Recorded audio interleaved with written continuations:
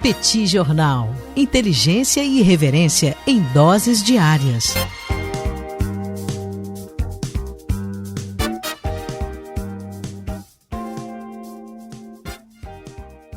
Olá, gente. Bem-vindos, bem-vindas ao Petit Jornal. Esse é o bate-papo número 1115. Estamos gravando numa live no YouTube do Petit Jornal. São exatamente 20 horas e 26 minutos da quarta-feira, 22 de julho de 2026. Cá está a dupla de costume, a dupla que você conhece de cor.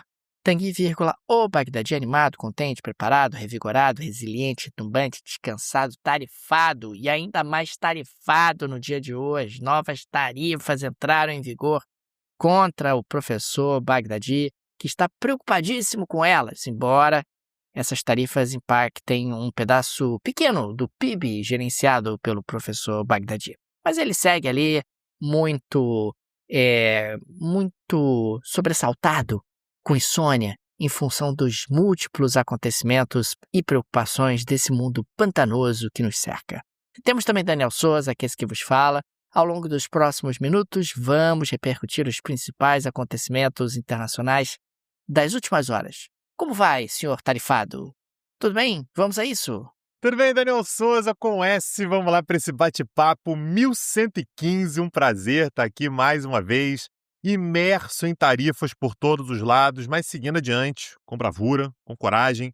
E a gente vai para mais esse episódio para trazer, de novo, né, Daniel, mais um dia, todos os elementos políticos e econômicos que nos cercam. E, Daniel Souza, eu quero começar falando sobre um presente que Donald Trump deu para a Arábia Saudita. O presente já tinha sido anunciado, a preparação, né, o terreno já estava mais ou menos preparado, mas no dia de hoje, Donald Trump aprovou um acordo de cooperação nuclear civil com a Arábia Saudita, com duração prevista para 30 anos.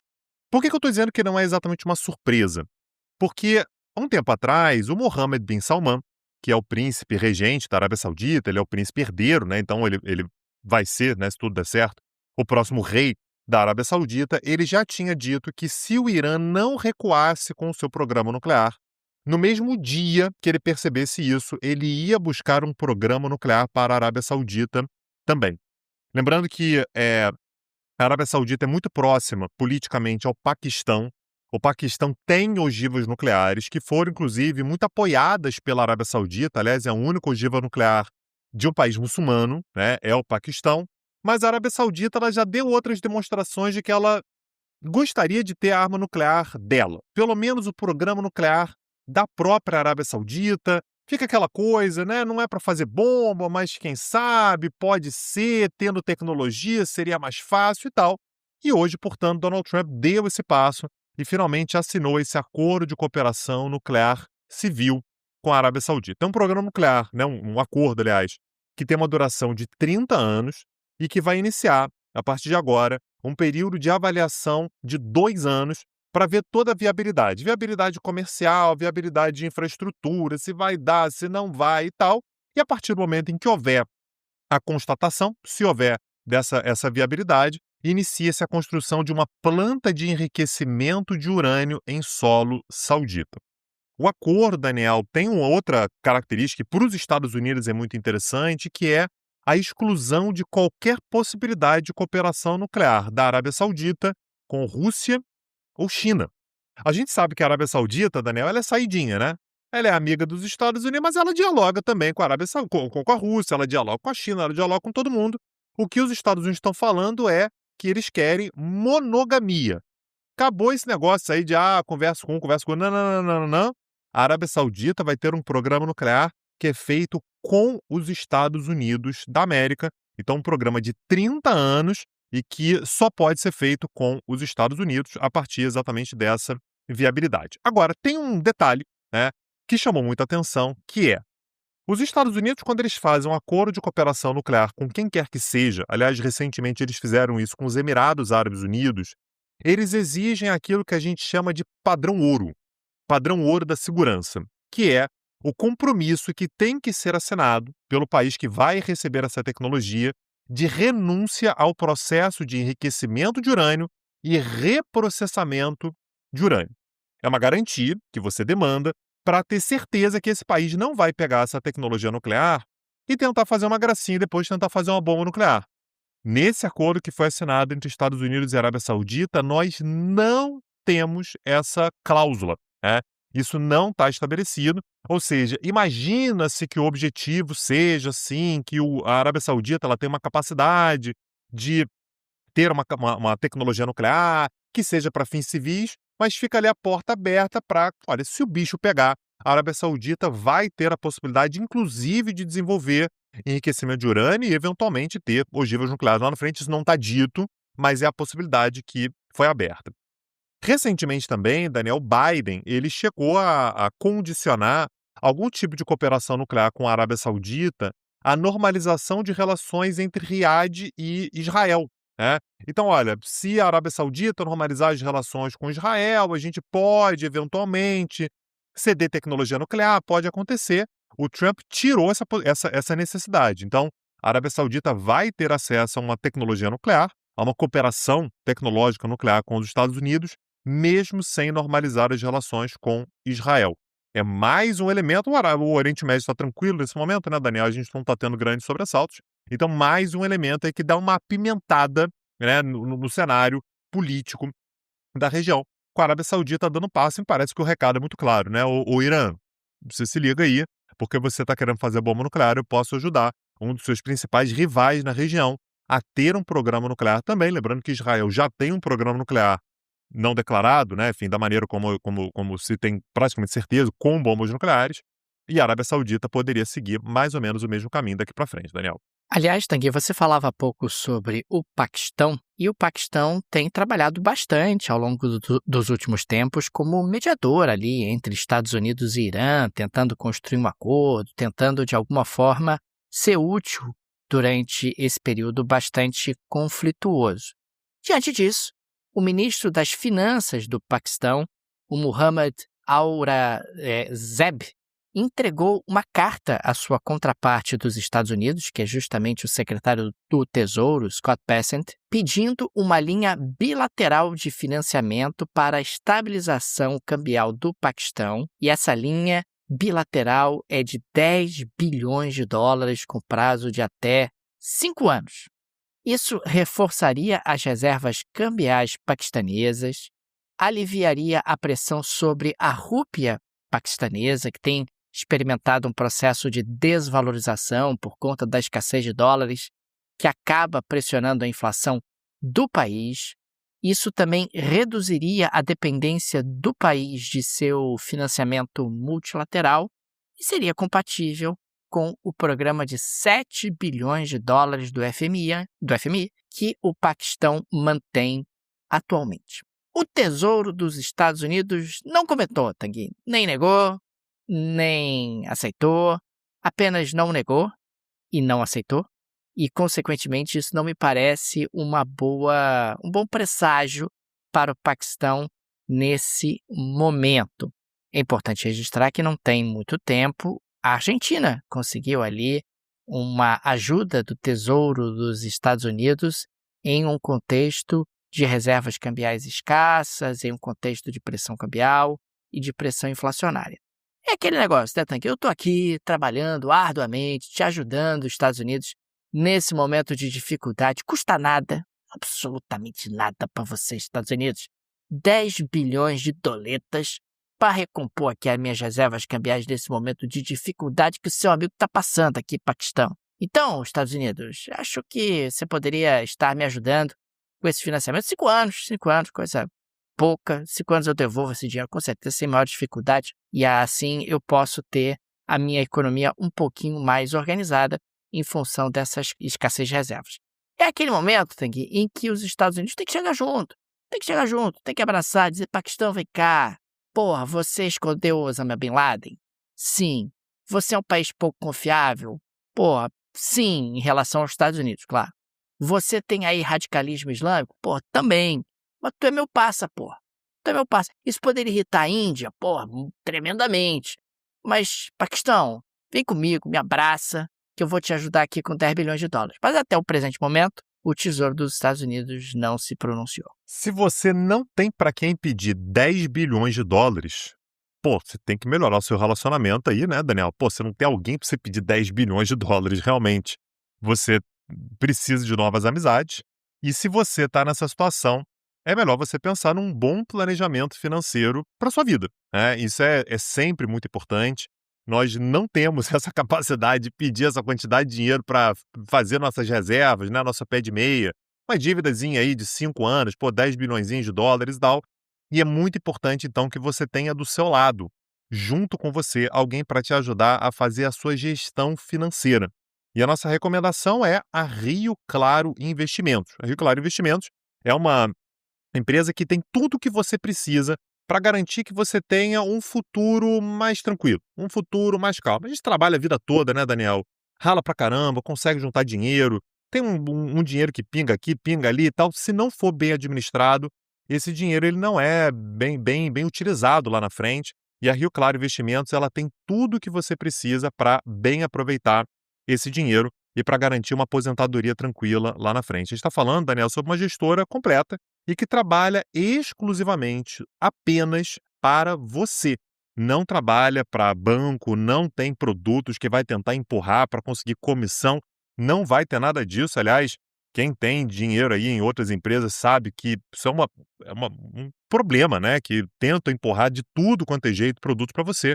A Rio Claro não faz isso, aliás, eu sou cliente da Rio Claro e fica a nossa recomendação. O link está na descrição desse episódio. Esse ponto que o Tanguy colocou é super importante, né? É um grande diferencial da Rio Claro Investimentos trabalhar focada no bem do cliente, no interesse do cliente, e isso acaba fazendo muita diferença no longo prazo. Portanto, se você precisa de um auxílio na gestão do seu patrimônio, ou se o seu pai, se um parente precisa desse auxílio, entre em contato com a Rio Claro Investimentos, link no descritivo desse episódio, conversa com eles. Eles têm um super atendimento e temos certeza que você vai gostar demais. Entre em contato, converse com a Rio Claro Investimentos, porque o seu eu no amanhã vai te agradecer demais por você fazer uma escolha como essa hoje. Crise política na Ucrânia, Daniel. A gente falou aqui na semana passada que a Ucrânia está vivendo uma crise política, né, importante no momento no qual a Ucrânia está conseguindo êxitos, né? Talvez não seja vencer a guerra, alguma coisa assim contra a Rússia, mas vem conseguindo, né, êxitos militares importantes ao gerar incômodos reais contra a Rússia, né? Vem atacando navios russos no Mar Negro, vem atacando refinarias de petróleo na Rússia. A Rússia, de fato, ela tem sentido, talvez da forma mais poderosa desde o início da guerra, lá em 2022, a capacidade ucraniana de se organizar. E aí gerou muita perplexidade quando Volodymyr Zelensky demitiu.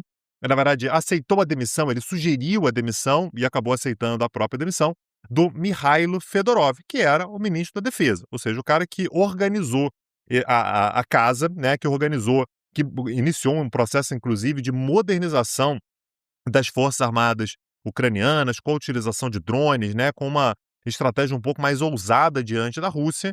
O Mikhailo Fedorov foi demitido. E, basicamente, ele foi demitido por conta de uma intriga palaciana entre ele e o principal general das Forças Armadas ucranianas, que é o Alexander Syrskyi. Então, o Zelensky ele teve que escolher, cara, eu fico com o ministro da Defesa ou com o general? Ministro da Defesa ou com o general? Ministro da Defesa ou com o general? Ele acaba, portanto, optando por ficar, né, manter o general, que é uma pessoa ali de 60 anos, que tem mais cascudo, mas muito tradicional, e demite, portanto, o antigo ministro da Defesa, que era o Mikhailo Fedorov. Isso desencadeou, Daniel, manifestações enormes na Ucrânia. Então a gente teve vários e vários dias de protestos, né, exatamente contra a demissão do Fedorov. O Fedorov se tornou uma figura nacionalmente muito querida, né, exatamente por conta da mudança do perfil ucraniano nessa guerra. E hoje Volodymyr Zelensky teve que dar o passo que foi demitir também o general Alexander Syrskyi. Ou seja, os dois que estavam brigando, Daniel, nesse momento já não fazem mais parte do governo. Na prática, Daniel, a gente vai encontrar um Zelensky, né, uma Ucrânia que nessa guerra se encontra muito mais enfraquecida do que estava um tempo atrás. Você pode manter a estratégia de guerra da maneira como tinha sido desenhada antes? Pode, mas você vai ter que fazer isso com outras figuras. Então, no lugar do Mikhailo Fedorov, foi contratado um cara, né, foi anunciado um cara chamado Evgeny Kmara, né, que ficou no lugar dele. O Alexander Sirski, né, o principal general russo, também já foi substituído por um cara chamado Mihailo Daprati, mas o fato é que o Zelensky ele teve que fazer uma dança das cadeiras, tentou preservar apenas uma parte, mas os protestos, as manifestações foram grandes demais, e nesse momento, portanto, toda a estratégia de defesa da Ucrânia foi modificada. Agora, você continua tendo uma ofensiva ucraniana importante no Mar Negro, a ponto de a Rússia, Daniel, ter que fazer uma mudança no trânsito, né, no trajeto dos navios ali pelo Mar Negro. Nesse momento, Daniel, você só pode ter zona de ancoragem no Mar de Azov. Ou seja, o Mar Negro ele se tornou uma região tão perigosa por conta dos ataques ucranianos que navios russos só podem ancorar dentro do Mar de Azov, que é um pouco mais protegido, ali para dentro da Península da Crimeia, e o fluxo comercial tem que permanecer apenas em áreas militarmente protegidas. Olha o impacto que a Ucrânia está conseguindo gerar. É um incômodo que a Rússia não tinha sentido desde o início da guerra, ao que foi desenhado pelo Fedorov. Nesse momento ele não está mais e a gente vai ter que ver como é que as Forças Armadas ucranianas respondem a essa transformação, né, do sistema de defesa do país, Daniel. Tem que o Andy Burnham, novo primeiro-ministro do Reino Unido, segue a todo vapor. Depois de ter anunciado aquela redução no preço da conta de eletricidade das pessoas, sobre a qual nós falamos aqui no Petit Jornal, ele trouxe uma nova medida. Agora ele anunciou a redução do preço teto das tarifas de ônibus de 3 para 2 libras a partir de janeiro, o que significa, na prática, um corte de 1/3 no preço das passagens unitárias. A medida se aplica fora de Londres, que possui um sistema próprio de tarifas. O custo estimado pelo próprio governo britânico é de mais de 500 milhões de libras. E isso vai ser custodiado com 100 milhões do próprio orçamento de transportes e 400 milhões do Ministério da Segurança Energética via substituição de subsídios a projetos climáticos internacionais por empréstimos. Isso tá com cheirinho de pedalada, mas tá com cheirinho de pedalada. Vamos pedalar isso aí, gente. Troca subsídio por empréstimo, a gente arruma, dá um cambalacho aqui. O importante é baixar a tarifa de ônibus. A gente está falando de um Reino Unido que está com problemas muito sérios do ponto de vista orçamentário. E não é só isso. O governo está estudando uma possível elevação da faixa de isenção do imposto de renda que está congelada desde 2021. Caso isso aconteça, você isenta de imposto de renda um monte de gente, mas deve custar bilhões de libras uma medida como essa. Rapaz, o Reino Unido está com problemas nas contas, está crescendo o endividamento de forma acelerada, não tem muito tempo o próprio Partido Trabalhista aumentou impostos para tentar recolocar as contas no lugar. Enfim, a gente está falando de um governo bastante ousado no que diz respeito à gestão das contas públicas e muito focado em tentar oferecer resultados e medidas concretas ao público rapidamente. Claro, a gente está falando de um primeiro-ministro que não quer ter a brevidade dos seus antecessores e quer permanecer no cargo por bastante tempo. Agora, para permanecer no cargo por bastante tempo, essas medidas precisam parar de pé. Ele precisa ter algum tipo de plano mais bem estruturado, porque tirar dinheiro de um bolso e botar no outro bolso, ou então aumentar o endividamento do governo, é algo que traz sempre limitações no que diz respeito a uma estratégia mais sustentável em um horizonte de longo prazo. Daniel, quero levar nossa conversa mais uma vez para o Oriente Médio, né? Só para a gente conseguir entender o que está acontecendo nesse momento ali envolvendo o Irã, Estados Unidos, Bab el-Mandeb, Estreito de Hormuz. Mais 5 navios petroleiros alteraram sua rota no Mar Vermelho. Iam passar pelo Estreito de Bab el-Mandeb, fizeram as contas, Daniel, e chegaram à conclusão de que não vale a pena correr o risco, afinal de contas, os aliados do Irã, os Houthis, já anunciaram que navios que passem por ali poderão ser alvejados. Era aquilo que a gente dizia, né, Daniel, de que para você fechar o Estreito de Bab el-Mandeb, você não precisa ser uma superpotência militar. Se você tiver algumas lanchas, se você tiver fuzis e tal, já é suficiente, porque os navios, obviamente, eles não querem correr esse risco. Eu não quero pagar para ver, é melhor dar a volta, o que joga uma pressão muito grande sobre os Estados Unidos, né? Então, é óbvio, né? Os Estados Unidos até outro dia viam, né, uma passagem completa, então você conseguia passar por Bab el-Mandeb, você podia passar por Hormuz, eles iniciam uma guerra, essa guerra leva ao fechamento do Estreito de Hormuz, depois ao fechamento de Bab el-Mandeb, tudo isso leva a um impacto muito grande no preço da energia, inclusive nos próprios Estados Unidos, você falou sobre isso recentemente, então é um cenário de uma tensão muito grande, e como sempre, Daniel, qual é a postura de Donald Trump? Dobrar a aposta. O presidente dos Estados Unidos prometeu que vai destruir uma ponte ou uma usina de energia no Irã a cada disparo que os iranianos fizerem contra um navio no Estreito de Hormuz ou que os Houthis fizerem no Mar Vermelho. Então, se vocês atirarem, a gente vai destruir uma ponte ou uma usina energética. Daniel, isso fica com cara de escalada de tensões. A gente pode ter uma escalada de tensões muito severa, porque é isso, se amanhã um navio tentar passar por Hormuz e for alvejado pelo Irã, o que é muito possível, isso vem acontecendo com uma certa frequência, o que os Estados Unidos estão dizendo é que vão destruir a infraestrutura crítica do Irã, e o Irã já disse que, olha, se for assim, a gente vai fechar tudo, ninguém vai passar, e a tendência é que você tenha uma escalada de tensões ainda maior.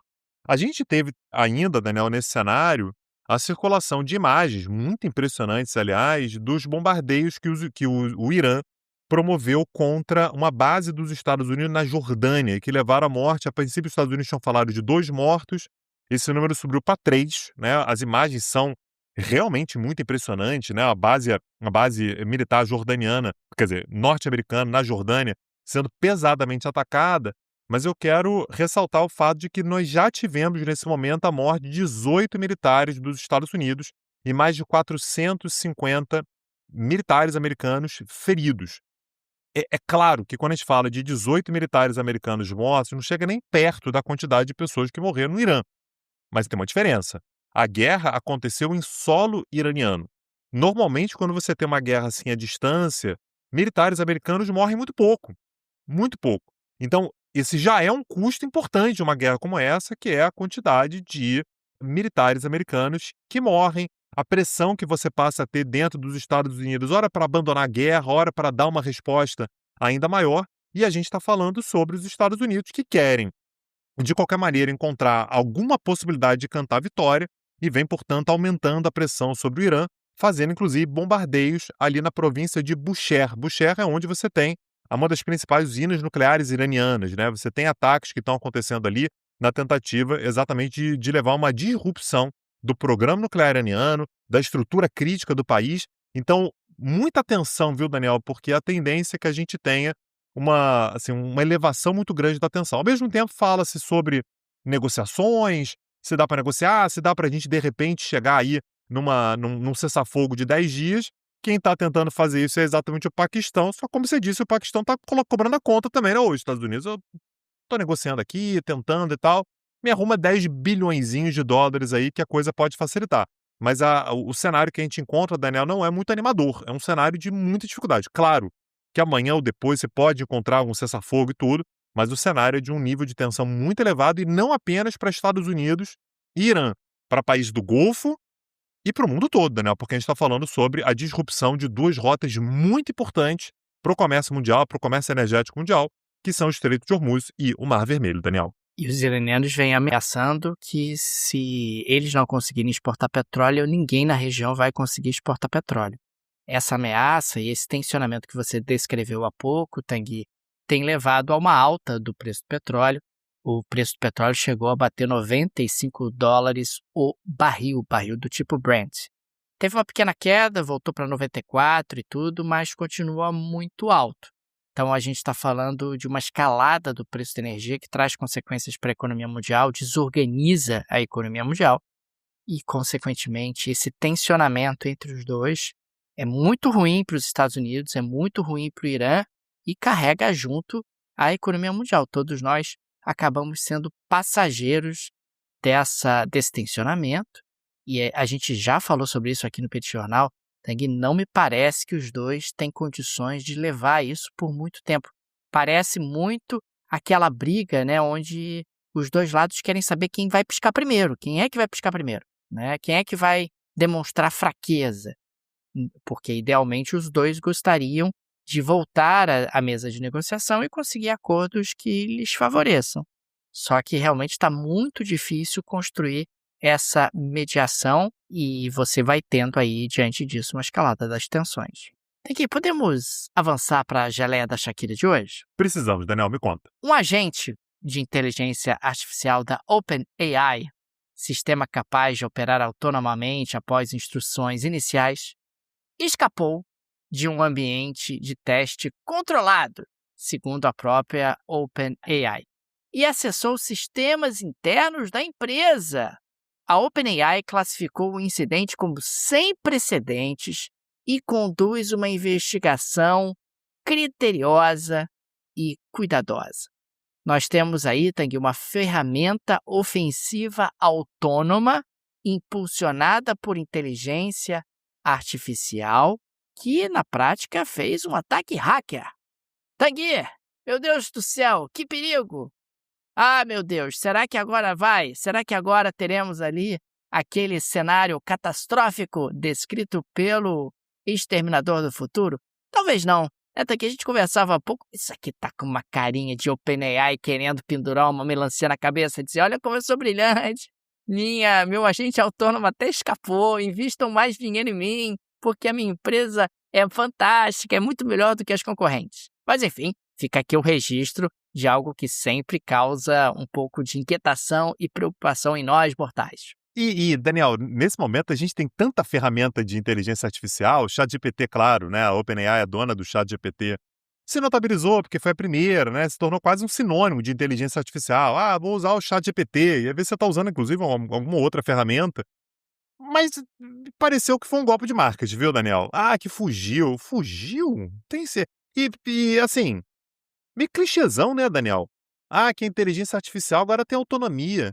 Pô, não dá pra inventar nada melhor, não, porque esse papo eu tô ouvindo tem uns 5 anos já, que a inteligência artificial, e se ela agir sozinha, dava pra inventar algo melhor. Pede aí pro seu ChatGPT ou OpenAI inventar uma história melhor, porque essa daí não me convenceu não, viu, Daniel? Mas, enfim, sei lá, né? Vai que é verdade.